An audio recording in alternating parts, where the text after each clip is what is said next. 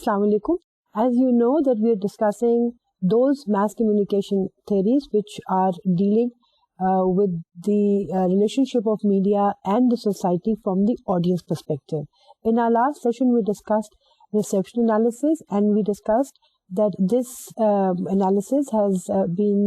this particular theory has been propounded by a British scholar by the name of Stuart Hall. And he focused on this particular aspect, that it is not necessary that the way the message has been encoded by the communicators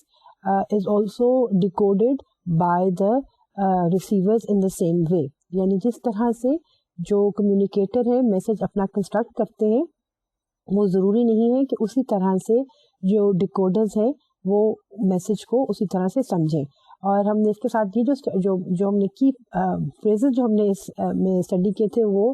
تھے کہ ایک concept تھا of preferred reading, اور preferred reading سے ہم نے یہ مراد لی تھی کہ جو میسج کمیونیکیٹر چاہتا ہے کہ جو ریسیور ہے اس کو اسی طرح سے سمجھے، اس کے لیے وہ میسج کو مینیپولیٹ کرتا ہے یا ڈفرینٹ طریقے استعمال کرتا ہے کہ جو میسج ہے وہ اسی طرح سے سمجھا جائے جیسے کہ وہ چاہتا ہے. اس کو ہم کہتے ہیں پریفرڈ میننگ. لیکن اکارڈنگ ٹو اسٹورٹ ہال یہ پریفرڈ میننگ ہے یوزلی اسٹیٹس کو مینٹین کرنے کے لیے ہوتا ہے کہ جو ایک خاص کلاس آف دا سوسائٹی ہے اس کی ڈومیننس جو ہے وہ برقرار رہے. لیکن ساتھ ساتھ اسٹورٹ ہال یہ بھی وہ ساتھ میں کہتے ہیں کہ جو آڈینس ہے وہ ضروری نہیں ہے کہ میسج کے جو پریفرڈ میننگ ہے اس کو ہی لے. یہ بھی ہو سکتا ہے کہ اس کو ایک نئے معنی پہنائے، اور ان نئے معنوں کو جو اسٹورٹ ہال نے نام دیا وہ ہے نیگوشیٹڈ میننگ. یعنی the alternative way in which the decoder or the receiver tries to understand the message is called negotiated meaning. And the third term that we have understood in this reception analysis was the oppositional reading. اور اس میں یہ focus تھا کہ یہ بھی عین ممکن ہے کہ جس طرح سے میسج دیا گیا ہے اس کے بالکل الٹ معنی جو ہے وہ آڈینس سمجھے. تو پریفرڈ میننگ کے جو بالکل اپوزٹ میننگ ہوں گے جو کہ ریسیور جس طرح لے گا اس کو ہم کہتے ہیں اپوزیشنل میننگ. اور ہم نے اس میں ڈسکس نہیں کیا تھا کہ یہ یورپین اسکالر ہیں اسٹورٹ ہال، اور انہوں نے جو ریسرچ انالیسس کی جب بات کی تھی تو انہوں نے کہا تھا کہ اس کو سمجھنے کے لیے ہمیں کوالٹیٹیو میتھڈ استعمال کرنا ہوگا. کوالٹیٹیو میتھڈ سے مراد یہ تھی کہ ہمیں in depth interviews of the receivers لینے ہوں گے، اور اس کو ہمیں سمجھنا ہوگا اس سوشل اور پولیٹیکل کانٹیکس میں جس میں کہ وہ رہ رہے ہیں. یعنی اسٹورٹ ہال کا فوکس یہ تھا کہ ہم نے میسج کی جو ڈیکوڈنگ ہے یا جس طرح کے میسج انکوڈ کیا جاتا ہے پہلے اس کو بھی سمجھنے کے لیے ہمیں سوشل پولیٹیکل کانٹیکس دیکھنا ہوگا. سملرلی جب ہم میسج کی ڈیکوڈنگ کی بات کرتے ہیں کہ جس طرح سے ریسیور جو ہے میسج کو سمجھ رہا ہے اس وقت بھی ہمیں ریسیور کا سوشل کانٹیکس جو ہے وہ سامنے رکھنا ہوگا، اور پھر ہم جو ہے وہ ریسیپشن انالیسس جو ہے وہ بہتر انداز میں کر سکتے ہیں. جب یورپ کے اندر ریسیپشن انالیسس کی بات ہو رہی تھی تو یو ایس کے اندر بھی آڈینس کے پرسپیکٹو سے کچھ اور نئی تھیریز جو ہیں وہ سامنے آئی، اور ان کا خاص طور سے تعلق جو ہے وہ کچھ سوشل کنسٹرکشن آف ریالٹی کی جو تھیریز ہیں ان کے ساتھ لنکڈ ہے. اور آج جو ہم تھیریز دو کریں گے اس میں ایک ہے فریمنگ انالیسس اور دوسری ہے انفارمیشن پروسیسنگ تھیوری. جو فریمنگ تھیوری ہے اس کی کچھ بیسس کچھ اس طرح سے ہے کہ جو کچھ بھی ہم معاشرے میں لوگوں کے ساتھ جب بھی ہم انٹریکٹ کرتے ہیں یا جو ہم معاشرے میں چیزیں دیکھتے ہیں اس چیز کو ہم سمجھتے ہیں اپنے ایک پرائر ایکسپیرئنس کے ساتھ. یعنی معاشرے میں جو کچھ بھی ہو رہا ہے، جس طرح سے بھی لوگوں کے ساتھ انٹریکٹ کرتے ہیں، جس طرح سے بھی ہم چیزوں کو دیکھتے ہیں، اس کا تعلق ہمارے ایک پریویس ایکسپیرئنس کے ساتھ ہوتا ہے. اس کو ہم کچھ اس طرح سے بیان کر سکتے ہیں کہ this theory argues that the expectations we form about other people, our social world and ourselves are one of the basic elements in social life, and all these concepts emphasize that our expectations are based on previous experience of some kind, whether derived from a media message or direct personal experience. That is, we aren't born with them. یعنی جو بھی ہمارا تعلق کسی چیز کے ساتھ یا کسی لوگوں کے انٹریکشن کے ساتھ یا کسی معاشرے کے کسی بھی فنومینا کو جو ہم سمجھنے کی کوشش کرتے ہیں تو اس کے پیچھے جو ہے ہمارا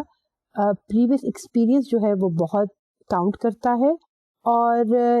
یہ جو پریویس ایکسپیرئنس ہے اس کے ساتھ we are not born with it, we have also gone through that experience. اور پھر وہ ایکسپیرئنس جو ہے وہ ہمیں ہیلپ کرتا ہے ہمارے فیوچر کے جو بھی ریلیشن شپس ہیں ان کو سمجھنے میں, یا جو چیزیں ہمارے سامنے آ رہی ہیں فزیکل آبجیکٹس ان کو سمجھنے میں, یا کسی قسم کا بھی جو سوشل فنومینا ہے اس کو سمجھنے کے لیے. پھر اس تھیوری کے اندر جو دوسری بات ہے وہ یہ ہے کہ جو یہ لوگ ہیں کیونکہ ان کا جو پاسٹ ایکسپیرئنس ہے وہ کاؤنٹ کرتا ہے کہ کس طرح سے انہوں نے اپنے جو نئے تجربات ہیں ان کو انڈرسٹینڈ کرنا ہے, تو یہ عین ممکن ہے کہ لوگ جو ہیں وہ ریزسٹ کریں چینج کو. ہم کچھ اس طرح سے کہہ سکتے ہیں کہ these theories also say that people can be quite resistant to change even when they are contradicted by readily available factual information. یعنی لوگوں کے کچھ تجربات ایسے ہوتے ہیں جو ان کی کچھ اوپینین ایسے فکس کر دیتے ہیں کہ جب کوئی ان کو نیا تجربہ ہو رہا ہوتا ہے اور اس میں جو انفارمیشن ہے وہ بڑی فیکچول ہے, بڑی لاجیکل ہے, اور اس انفارمیشن کی بنیاد پہ ہونا یہ چاہیے کہ وہ اپنی اوپینین کو بدلیں, لیکن ایسا نہیں ہوتا ہے. اس کو کس طرح سے سمجھ سکتے ہیں کہ اگر جیسے کہ ہم اکثر نہیں کہتے کہ جو بڑے بوڑھے لوگ ہیں ان کے کچھ فکس آئیڈیاز ہو جاتے ہیں اور اس کے بعد کوئی نئی بات ہوتی ہے اور ہم ان کے سامنے بڑی لاجیکل آرگیومنٹس بھی دیتے ہیں, بڑی ریشنل اپنی طرف سے آرگیومنٹ بھی دے رہے ہوتے ہیں, لیکن وہ لوگ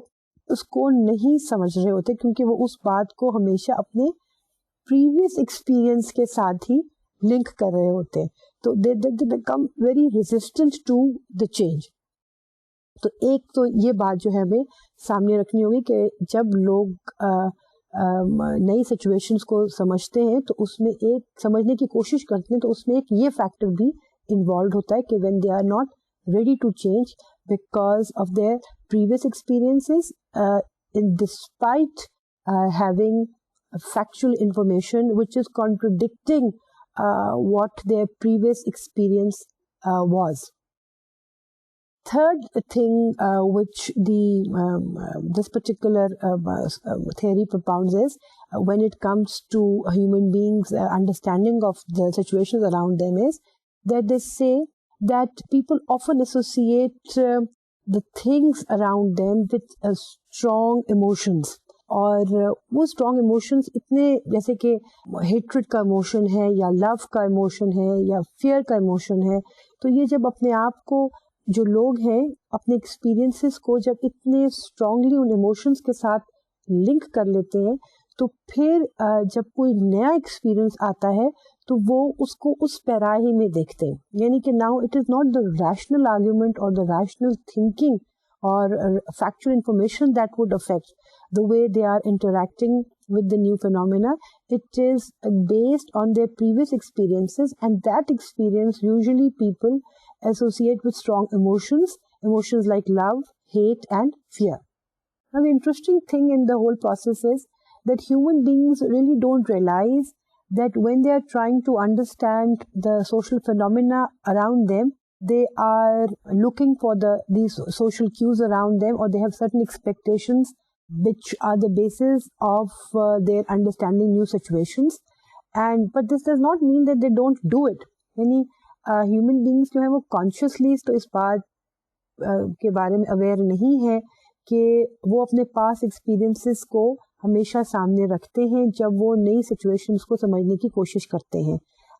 یا وہ نئی چیزوں کو سمجھنے کی کوشش کرتے ہیں, یا جب وہ لوگوں کے ساتھ انٹریکٹ کرتے ہیں. لیکن اس کا یہ ہرگز مطلب نہیں ہے کہ وہ یہ چیز نہیں کرتے ہیں. یعنی they are always trying to make sense of the new situations in the light of their past experiences whether they know about it or they don't know about it. اس تمام چیز کو ارون گوفمین نے 1974 میں انٹروڈیوس کیا in the form of framing analysis or theory of